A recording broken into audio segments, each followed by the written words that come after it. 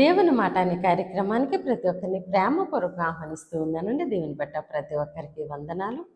ప్రతిరోజు ఉదయమే దేవునికి ప్రార్థన చేసుకొని మీ యొక్క దినచర్యను మొదలుపెట్టండి. అలానే మన యొక్క యూట్యూబ్ ఛానల్ని, సిస్లత యూట్యూబ్ ఛానల్ని ఇంకెవరైతే సబ్స్క్రైబ్ చేయలేదో సబ్స్క్రైబ్ చేయండి, లైక్ చేయండి, షేర్ చేయండి.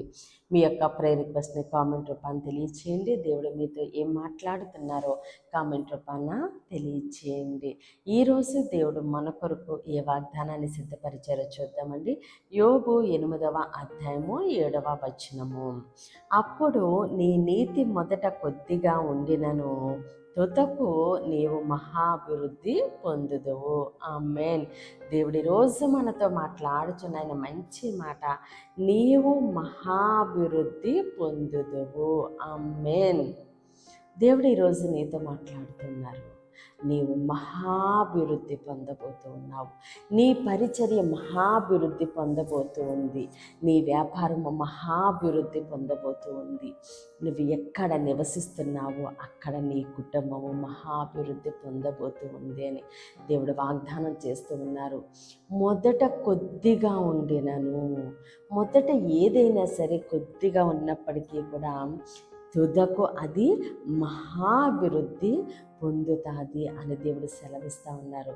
అదే విధముగా ఎలాగా మనము మహాభివృద్ధి పొందుకుంటాము, ఏ విధముగా మనము జీవించాలి అని మనము చూసినట్లయితే ఆ ముందు 2 వచనాల్లో 5వ వచనం మనము చూసినట్లయితే, నీవు జాగ్రత్తగా దేవుణ్ణి వెదకిన ఎడల, సర్వశక్తుడగు దేవుణ్ణి బ్రతిమాలుకున్న ఎడల ఏం చేయాలండి? మనము దేవుణ్ణి వెతకాలి. ఆయన సన్నిధిలో దేవుని పాదాలు పట్టుకుని ఆయన్ని వెతుకుతూ ఉండాలి. అంతేకాకుండా ఆయన బ్రతిమాలుకోవాలి. పవిత్రుడవై యథార్థవంతుడవై నువ్వు జీవించాలి. అప్పుడు నీ నీతికి తగినట్లుగా నీ నివాస స్థలము వర్ధిల్లుతుంది, నీ వ్యాపారము వర్ధిల్లుతుంది, నీ పరిచర్య వర్ధిల్లుతుంది, నీ కుటుంబము వర్ధిల్లుతుంది అని దేవుడు సెలవిస్తూ ఉన్నారు.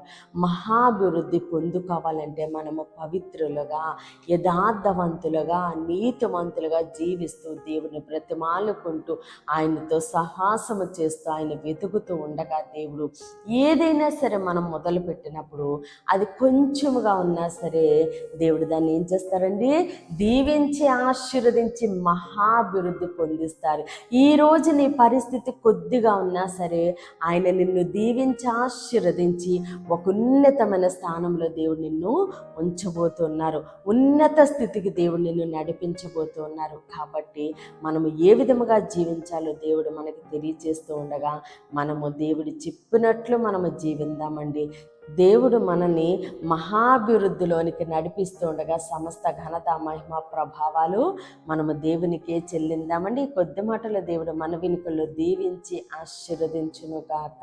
ఆమేన్. ప్రేర్ చేసుకుందామండి. అందరూ కన్నులు మూసుకుని ప్రేర్లేకి ఉంచండి.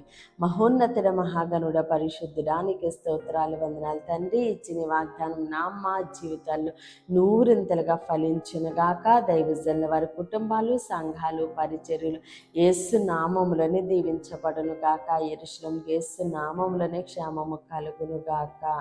ఈరోజు పుట్టినరోజు, పెళ్లి రోజు జరుపుకుంటున్న ప్రతి ఒక్కరికి సంవత్సరం ఒక ఆశీర్వాదకరముగా ఉండును గాక.